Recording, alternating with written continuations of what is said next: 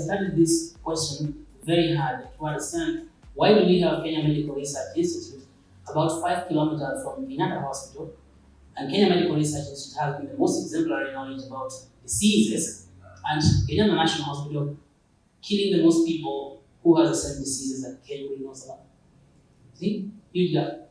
In between Kemri and Kenyatta National Hospital should be a lot of money. Because to put out one molecule of drug, to take it to the market, it takes close to $1 billion.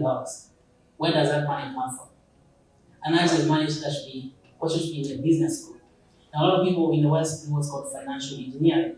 They engineer the money to eradicate the risk and the time value of money. We don't do any of that as type of stuff. Why our bank, people here, the investment bankers, don't do that for us is because they don't understand what risk is about or what time value of money, and because of that, they are overprotective. Because if they understood risk, they would create engineered products that would help us to fund innovation. Now, without financial innovation, there is no level of innovation that is possible in a nation. Financial innovation is required, is requisite, and complete condition for any other innovation to occur in a nation. So the university is not going to innovate unless we innovate money. And so that was our challenge. I was in the United States for many years studying this problem. Why are we so poor in terms of health? Our health indicators are kind of the worst in the world. More women die in Kenya because of getting pregnant alone without any other problem. Almost 900 women are dying like today just because they got pregnant. It's not a disease. 10 times as many babies are going to die today. You don't remember the story of Soko at Pumwani Maternity? That is just one day visit. The number of babies who die, about 10,000 in the whole nation. That means we'll be having a much bigger population, even to use the blockchain than we have right now. And of course, as we grow, you know what happens. Children below the age of 5 are all likely to die. And as we go, by teenage, we have half the population, half the number of people that were born by age 15 living in this country. We don't talk about these things because that is widely accepted. Bad conditions are widely accepted. Our health system kills more people than all causes of death combined in the nation. Can you imagine? So if you're likely to go to a hospital, now we're not talking about buildings collapsing. You're likely to go to a hospital for just simple procedure, and you come out of there in a casket. So, see that? Because of what's called medical errors. Medical errors happen when something is written down. You're supposed to receive 10 units of a drug, but then the person who is reading reads 10 milligrams, reads 10 grams. Now, those are the type of problems that you have to face, particularly how information and communication can help us improve that area. So, we start with biomedical research, then becomes this organization that will sit in the position between the university and what? The industry. To raise money so that we may have money, I raise money for innovation. But when I came in 2016, I found another peculiar problem. That the money is not just missing at the university level. There's actually no money in the country. When patients come to the hospital, they are not able to pay for medical care. And when people come into the hospital, they cannot pay for medical care. What happens? They're either sent away right away to go and die at home among their loved ones, or they are admitted inadvertently and then they are jailed by the hospital, which is totally illegal. There's no hospital that has got the jailing power of detaining anyone because of lack of money. And if you have lawyers in this group, you better take that note and go to get busy. Because when they jail people, when our hospitals jail people, they don't feed them and they don't give them treatment. What is that? That is the most cruel things you can do to each other. And of course, the person ends up dying, but the bill doesn't die. Okay? So what happens is that you receive a bill of 5 million, 10 million after the death. And so who killed that person? Is it not the health system? That's what we are saying. And we accept this so much. So I don't spend a lot of time talking about that, but what we did, when we found that there is no money, and people don't have money in the pocket, we asked, why don't have people have money? How do people make money? By selling stuff like this. Now go about this country, even this city of Nairobi, and tell me how many of Kenyan-made products, including furniture like this, are we able to sell here in Kenya? Including a hall like this, so full of foreign goods. We do not like buying Kenyan things, and therefore there is no market. Maybe a professor in business school will help us understand this problem of Kenyans. There is no market for Kenyan products in Kenya. Kenyan products. And that problem is not just for smoking. It includes onions come from Tanzania, eggs come from Uganda, going all the way to furniture, which come from other countries, including China, and much worse, medicine, which we don't manufacture any of. And then, much worse, our own educated people. So university trains people, puts them out in the market, but we find they get doctors from Cuba, engineers from China. So the construction industry, everywhere you go, and of course now, taxi drivers from the United States will move. And it's getting worse. Now we have had who is next door? The lawyers. Usually, the whole market is gone, and you call that severe problem market dislocation. When the market leaves the country and goes to other countries, and we have to spend our money that we do not have to buy foreign goods.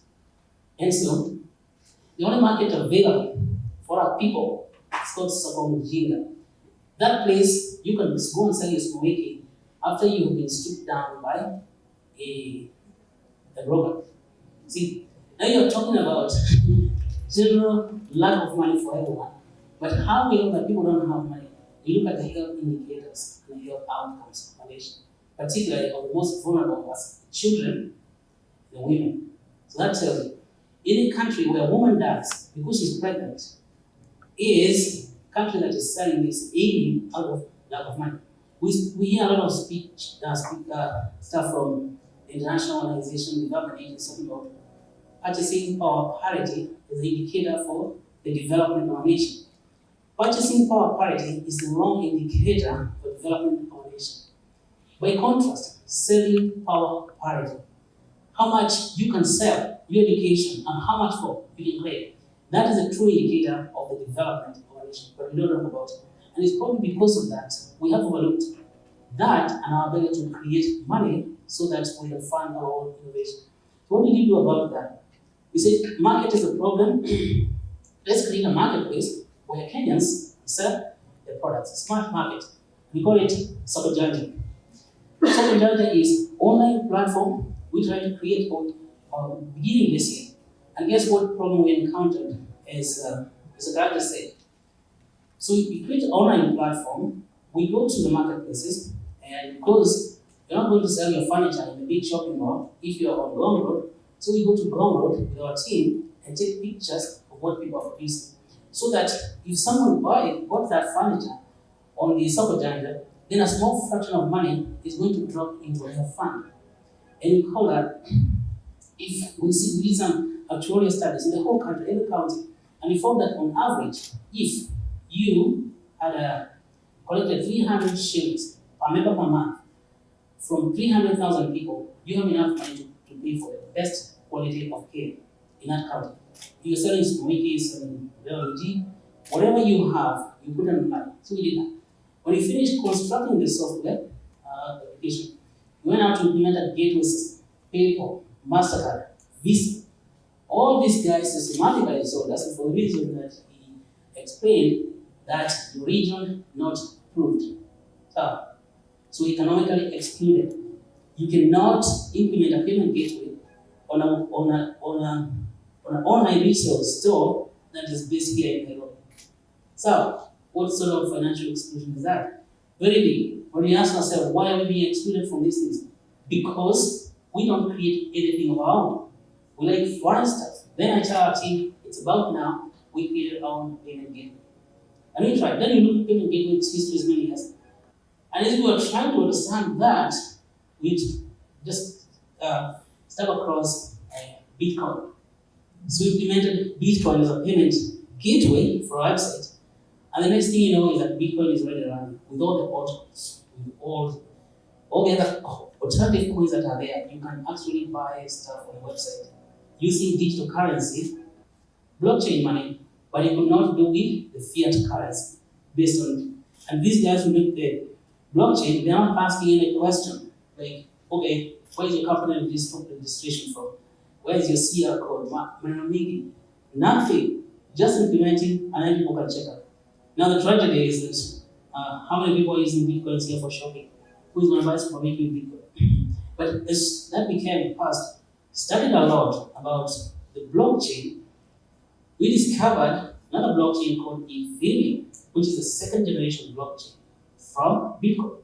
Ethereum is even much more interesting because not only are you able to build cryptocurrency, you can also build a decentralized autonomous organization. And you see, because we started this organization in the diaspora, we can create a DAO, a decentralized autonomous organization, that is going to manage all our members from Kenya to everywhere they are in the world. You know, what an innovation. So we got more excited. That was like in April this year. Started. And what we found is that not only now are you able to build a cryptocurrency on top of it, which comes with a lot of interesting stuff that you can build a whole ecosystem of money. That's what we got and sat down and said, to build this whole Ubricoin project, to build all the money for science and innovation in this country, how many coins are you going to issue? And so we decided 10 billion units of Ubricoin, and we named it Ubricoin. Everyone started working. We didn't know anything about blockchain, so you can imagine. We had to go and study, watch a lot of videos, do read lots of white papers. Because one of the projects here to build bioscience in this country, to build biomedical industrial city, what happened was we encountered a project going on in Estonia, which is called Bitcoin City. And I said, these guys can create Bitcoin City and raise money using Eli token, which is an Ethereum platform. Then we have the answer. And so, to cut the long story short, we distributed the 10 billion Ubricoin in the following manner. 1 billion coins for Sokojanja. And so, Sokojanja itself its job is for activating village level economy. And when implemented, we'll be able to employ about 10,000 people in every ward, in the whole country. And you have about 3 people in every village helping Wananchi to put their pictures for their products on Sokojanja.com. The next thing I will migrate Sokojanja on the blockchain so that it does that work. And so we create the whole value chain and we activate the village level commerce.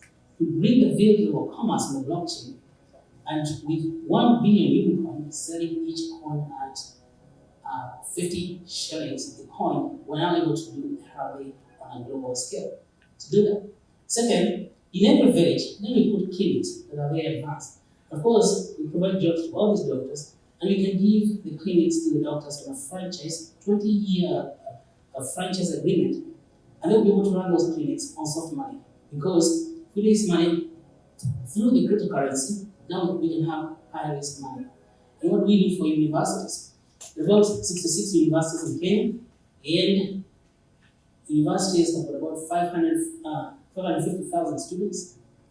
Now, the cryptocurrency is possible to bring all that money, do a global scale campaign to build university science and technology parks, and set aside money for orientation for university students to give them protected time for research, translation, publication, and commercialization of their ideas.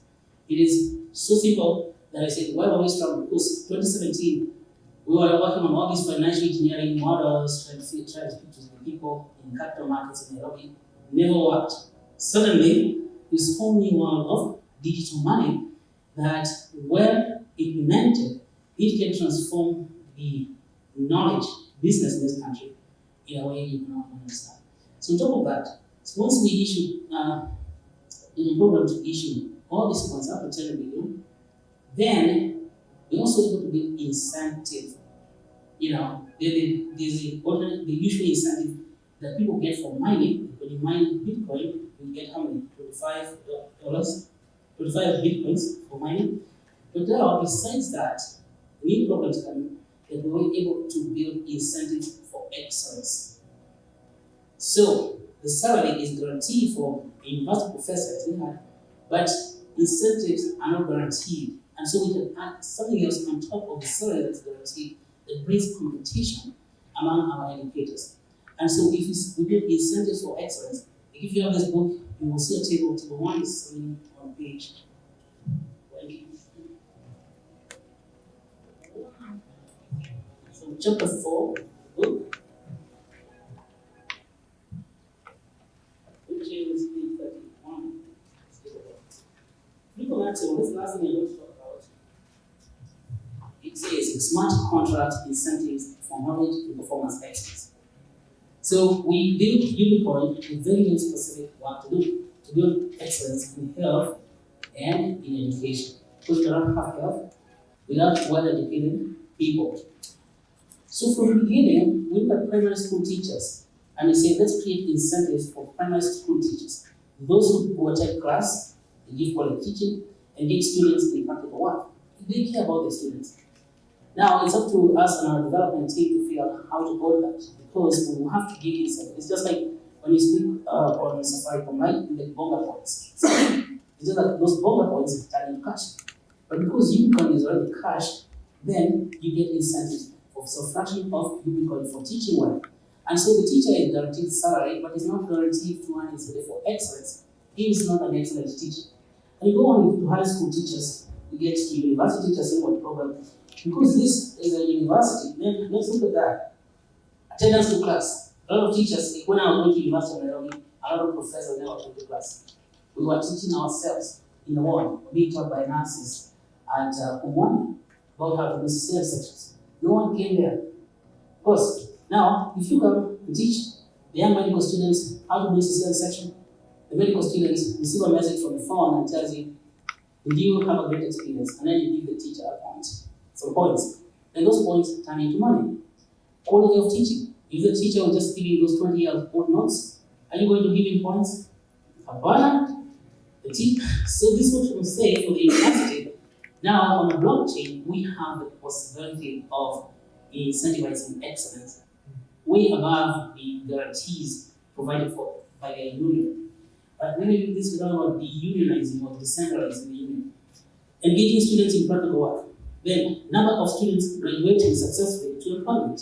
And even for universities, those professors who follow their students. Like we have an example here.